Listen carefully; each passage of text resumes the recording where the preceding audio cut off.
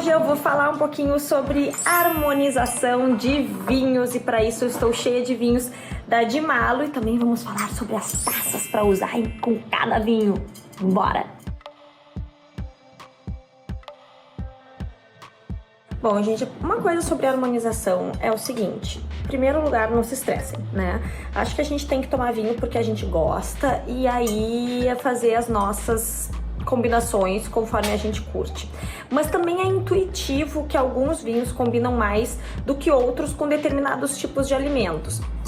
Então, uma coisa muito simples e a primeira coisa que vocês podem anotar é que quanto mais encorpado o vinho, quanto mais pesado, aquele vinho que, né, enche a boca, mais gordura provavelmente a gente também vai buscar na comida. Ou seja, o vinho mais encorpado vai combinar, por exemplo, com aquele churrasco bem gorduroso, com uma massa mais pesada, com um molho branco.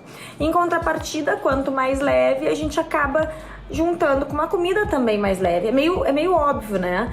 Por isso que muitas vezes a gente usa o vinho branco para combinar com peixe, saladas, aquela coisa mais mediterrânea. Então essa dica é uma dica muito simples e vocês podem usar esta lógica dos vinhos, que eu vou passar para vocês, do mais encorpado para o menos encorpado, e já aplicar na sua comida. Claro que tem aquele vocabulário do expert de vinho, então, por exemplo, o Cabernet, esse Cabernet Sauvignon aqui da Dimalo, ele tem acidez e doçura equilibradas, com boa estrutura, persistente e tal. Mas, sinceramente, gente, eu acho que isso é mais para fazer bonito. A gente não precisa saber falar sobre isso. O importante é a gente experimentar vinhos gostosos e bons que a gente goste e aí conseguir perceber a diferença entre um e o outro e por que a gente gosta mais de um do que outro, quando que a gente acha adequado, né, consumir aquele ou esse. Acho que isso é muito simples. O vinho Merlot, por exemplo, tá? Ele é de corpo médio, é um dos que eu mais gosto. Eu gosto de um vinho tinto mais leve.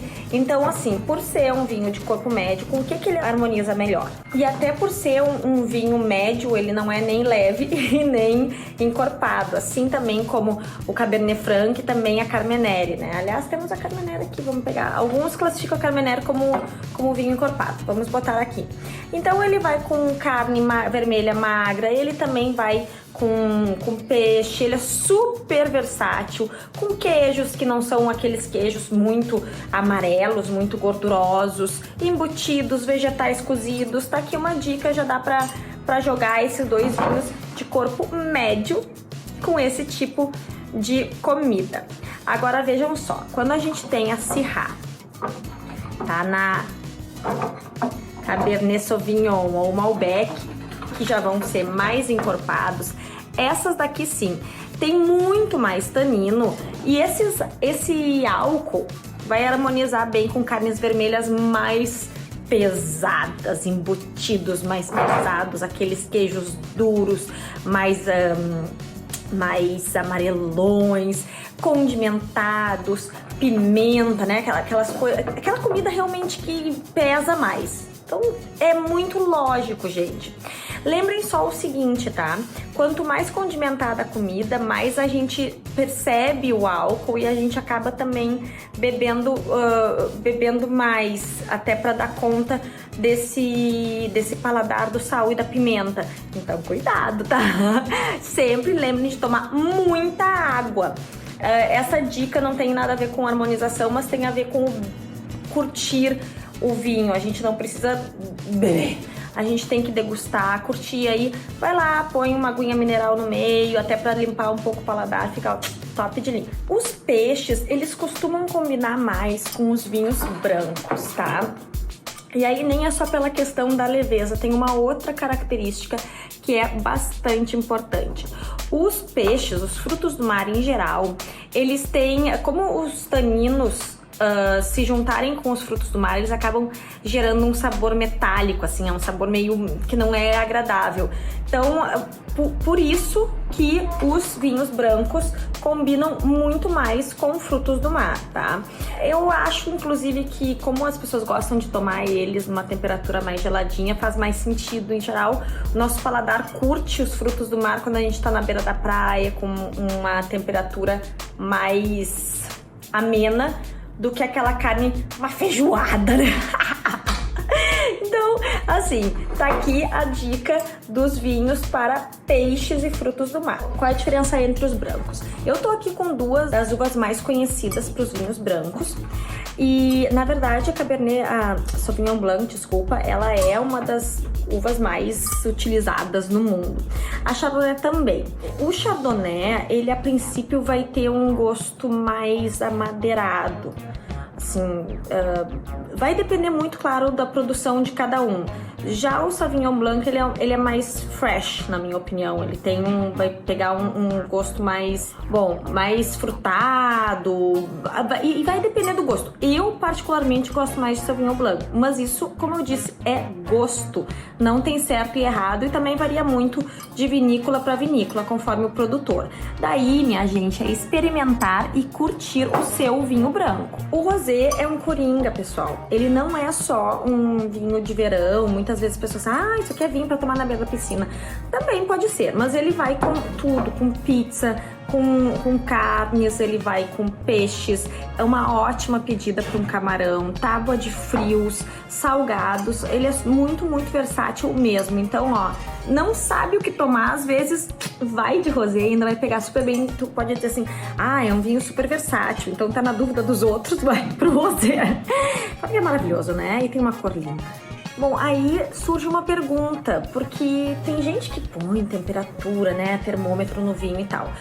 A princípio, se diz que se toma vinho em temperatura ambiente, mas convenhamos, eu que moro no Rio Grande do Sul, minha temperatura ambiente oscila de 0 a 36 graus, bastante complicado. Em síntese, é o seguinte, os vinhos espumantes que não estão aqui, eles ficam mais ou menos nos 6 graus, assim como os vinhos brancos, de 6 a 12 graus, então tá muito quente, põe um pouquinho num balde de gelo, põe um pouquinho na geladeira, no freezer. Os rosés, eles vão ficar mais ou menos por 8 graus, então na dúvida eles também, tudo meio junto, né? Aí, os vinhos tintos, eles vão acompanhar a mesma lógica que a gente pensou com o atual peso, né, da comida. Quanto mais encorpado, ele pode segurar um pouquinho mais quente. Os mais encorpados vão ficar entre 16 e 18 graus, suponhamos, e os menos encorpados aí 14 e 16 graus. Vamos então estabelecer tudo em 16 graus, que fica bem mais fácil. Não é preciso ter uma taça para cada tipo de vinho, mas a lógica é a mesma quanto ao peso e robustez da comida. Quanto mais leve, portanto, quanto menos taninos, menor precisa ser a taça. E o contrário, a mesma coisa. Vejam que isso aqui é uma taça enorme. Por que isso, gente? Quanto maior o copo, mais a gente faz assim. Por isso aquela manha, sabe? De fazer assim, aquela marrinha assim de tsh, porque daí tu solta o nitrogênio e ele vai decantando para ficar mais gostoso ao paladar. No caso dos vinhos brancos, como eles não têm taninos, então eles podem ter a boca bem pequena e tu não precisa ficar fazendo assim, tá? Não precisa fazer. Lembre-se, gente, sempre tentem pegar mais por aqui possível. Por quê? Etiqueta. Porque na verdade tem uma outra coisa muito interessante sobre a qual eu quero falar com vocês. Essas taças aqui caríssimas viraram moda nos últimos anos, pouco tempo. E vejam, elas não têm hastes. Elas são da Riedel, tá? São caras mesmo. Não é pra fazer um estilo, assim. A minha preocupação era que se eu fosse pegar aqui, eu ia esquentar o vinho e mudar a temperatura. Pois bem, eu estudei sobre isso e aparentemente esse contato da minha mão com o bojo da taça não altera significativamente a temperatura, então eu posso continuar usando. Ou seja, essa história então de pegar aqui embaixo, de ter que pegar não pela haste, é pura etiqueta, tá? Porque se esse eu posso pegar pelo bojo, por que eu não poderia pegar esse? Mas enfim, fica aí uma curiosidade. E é isso, gente. Eu espero que eu tenha, de certa forma, desmistificado muito tranquilamente a questão da harmonização para vocês. Existem regras mais específicas, mas aí é para sommelier, quem é entendido, especializado. Não é o meu caso. Eu amo vinho, conheço muitos vinhos, mas não sou especialista de forma alguma. Mas tenho certeza que aqui eu consegui passar para vocês algumas dicas úteis e rápidas que vocês podem aplicar para degustar um bom vinho e ser feliz com ele, né? Tchim, tchim!